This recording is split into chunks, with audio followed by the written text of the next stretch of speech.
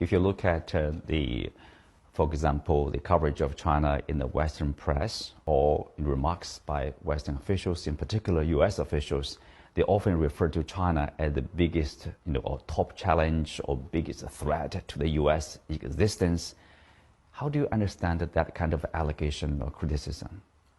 You can understand why they are worried about like a country like China, because China is working in the opposite direction to them.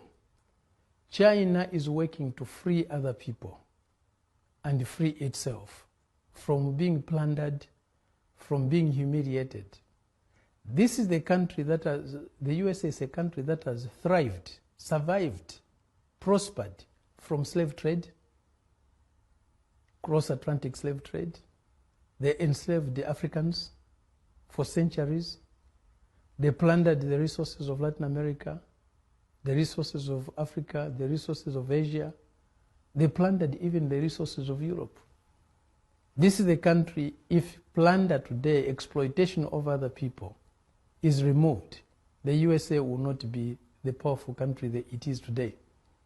If there is equality in the dealings with each other, the USA ceases because it doesn't know how to deal with other people on an equal basis, with other nations on an equal basis. It gets lost. It's worried today with the multipolar world that is emerging because its hegemonic interests are being threatened.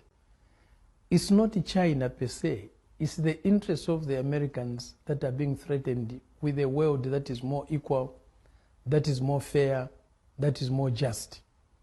They can't survive in that world because their methods of existence are based on plundering other nations, on humiliating other nations, on exploiting other nations.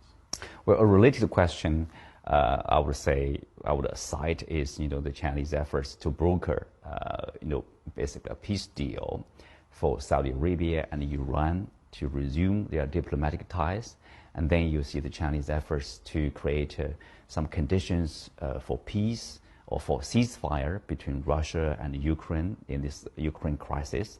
But then if you look at the reaction or response from the US side, they try to dismiss the Chinese efforts or belittle the Chinese efforts as something else. Why is that kind of response? The Chinese efforts basically have been welcomed by the rest of the world. People see that as very positive, more peace, more stability in the Middle East, more reconciliation. What's wrong with that?